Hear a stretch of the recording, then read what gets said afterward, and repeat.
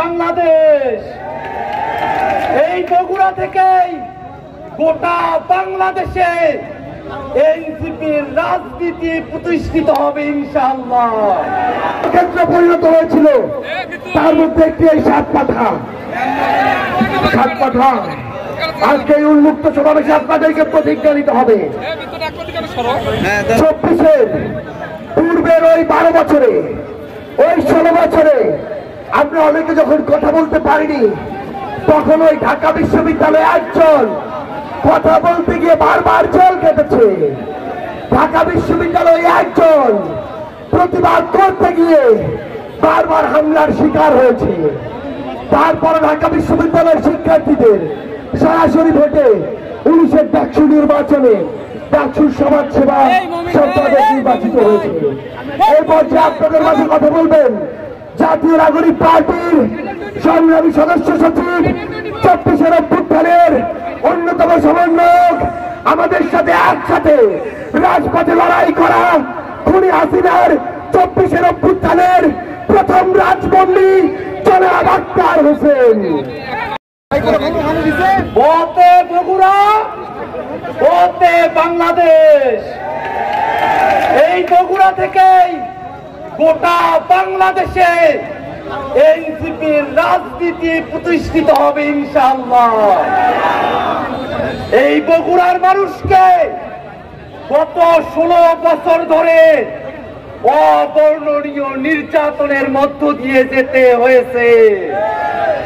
বগুড়ার মানুষ ঘরে থাকতে পারে নাই, বগুড়ার মানুষ বাড়িতে ঘুমাতে পারে নাই, বগুড়ার মানুষকে খেতে খামারে গিয়ে রাত কাটাতে হয়েছে।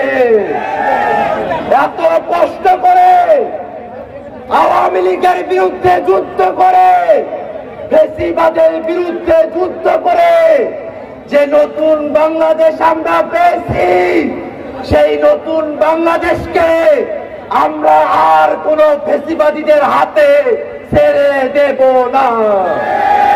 এই নতুন বাংলাদেশকে আমরা আর কোন চাঁদাবাজের হাতে ছেড়ে দেব না।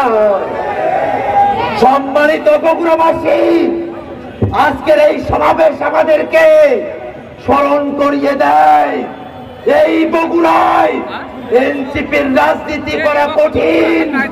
এনসিপির রাজনীতি করলে বাধা দেওয়া হয়, এনসিপির রাজনীতি করলে ভয় দেখানো হয়, কিন্তু শত ভয় শত বাধা অতিক্রম করে নতুন বন্দোবস্তের দাবিতে, বিচারের দাবিতে, সংস্কারের দাবিতে এই বগুড়ার মানুষেরা সাহস দেখিয়ে এনসিপির রাজনীতিতে নিজেদেরকে যুক্ত করেছে। এনসিপির মানুষেরা, বগুড়াবাসীরা যে সাহস দেখিয়েছে, এই সাহস প্রমাণ করে আগামীর বাংলাদেশে এনসিপিকে আর কেউ ঠেকিয়ে রাখতে পারবে না। বাংলাদেশের রাজপথ দখলে থাকবে এনসিপির, বাংলাদেশের সংসদ দখলে থাকবে এনসিপি। বাংলাদেশের মানুষের জন্য, নতুন রাজনীতি নির্মাণের জন্য বগুড়ার মানুষেরা গোটা বাংলাদেশে সব থেকে বেশি ভূমিকা পালন করবে। সম্মানিত ভাইয়েরা আমার, এই বাংলাদেশের মানুষের উপরে যে আওয়ামী লীগ গুম, খুন, নির্যাতন, ক্রসফায়ার করেছে, সেই আওয়ামী লীগ, সেই শেখ হাসিনা, সেই ছাত্রলীগের সন্ত্রাসী, সেই গণহত্যাকারী, মানবতা বিরোধী অপরাধী, আমরা কি তাদের বিচার চাই? আওয়ামী লীগকে বাংলাদেশের রাজনীতিতে কেউ যদি পুনর্বাসিত করতে চায়, তাদের বিরুদ্ধে এই বগুড়াবাসী প্রতিরোধ করে তুলবে। আমরা বিশ্বাস করি বাংলাদেশে আওয়ামী সন্ত্রাসীদের আর কোনো জায়গা হবে না। নতুন বাংলাদেশ করতে আগের সিস্টেম বাদ দিয়ে, আগের বন্দোবস্ত বাদ দিয়ে নতুন সিস্টেমের বাংলাদেশ দরকার আছে কি নাই? নতুন বাংলাদেশ গঠন করতে, বাংলাদেশে ক্ষমতার ভারসাম্য নিয়ে আসতে যে মৌলিক সংস্কার প্রয়োজন, সেই মৌলিক সংস্কারের বিপক্ষে কিছু মানুষ বাংলাদেশে কথা বলছে।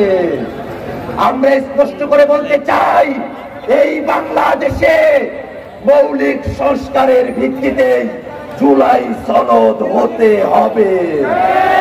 মৌলিক সংস্কার ছাড়া বগুড়াবাসী ঘরে ফিরে যাবে না।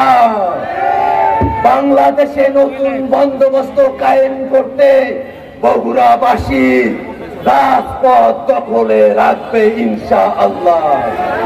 সম্মানিত বগুড়াবাসী, আপনাদের সাকিব মাহাদি ভাই সারা জীবন অনেক কষ্ট করেছেন বগুড়ার মানুষের জন্য।